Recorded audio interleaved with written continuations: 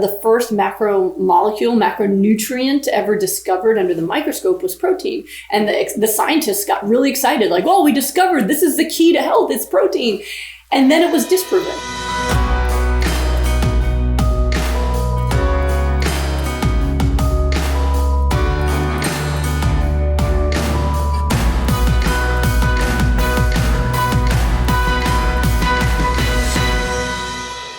Protein. There's so much emphasis on health and fitness industry to get enough protein. How do you know if you're getting enough? The good news is, I can answer it right now, you are. Isn't that great news?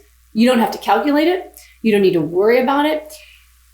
It's not a real problem. Protein deficiency is not a real problem. It does not happen. It does not happen. It is actually not physically possible for anyone who is eating food to get a protein deficiency. Even if you ate nothing but kale every day, that was the only thing you ate, you would have plenty of protein. If you ate nothing but a potato every day, you would have plenty of protein. You wouldn't have enough micronutrients, but you'd have plenty of protein. So protein or amino acids that build proteins are available in everything. And your body can synthesize all of the proteins it needs from all of those amino acids just because you ate enough food. So the whole idea that you need to focus on protein, that you need to have an external source of protein, like you need to eat the muscle tissue of an animal to get protein, that's not a real thing. It was a belief early on.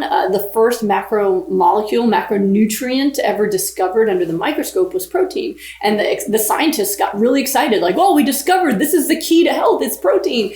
And then it was disproven. Now you look at Colin Campbell's work, he found that he also thought protein was the key to nutrition. And when he started increasing the protein content in the diets of his lab rats, they all developed cancer because protein in itself, especially animal protein, is not the savior. It's not what we need. In fact, most people get way too much protein. So it's not an issue at all. Realize that any animal you eat for protein, let's say you eat a cow, all of the protein in those muscles came from the cow eating grass, right? All the animals people eat are herbivores, right? Because we don't farm carnivores because they would kill us. We wouldn't be able to get that bolt gun near their head, right? So people eat herbivores. So all their protein is actually coming from plants anyway. It's just going through another animal's body first.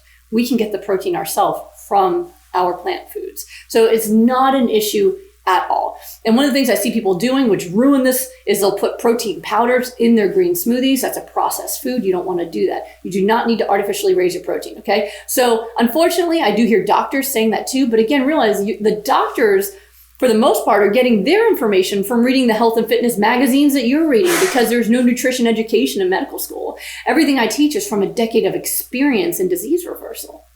So not an issue. The only people who even need to consider macronutrients at all, which are protein, carbs, and fats, are people doing bodybuilding.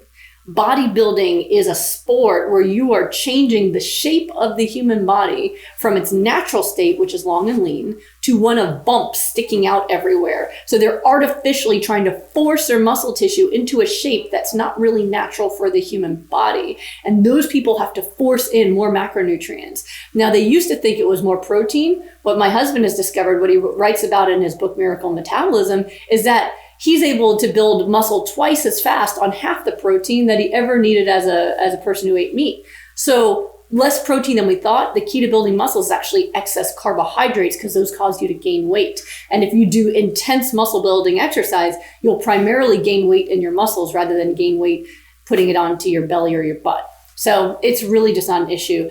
Realize the only people who are promoting this as an issue now, for the most part, are the industries that need this to be promoted. So, people are eating less meat, less eggs, less dairy, because the truth is getting out there that those are not healthy foods. They increase your cancer risk. They increase your autoimmune disease risk. They increase obesity. They increase diabetes.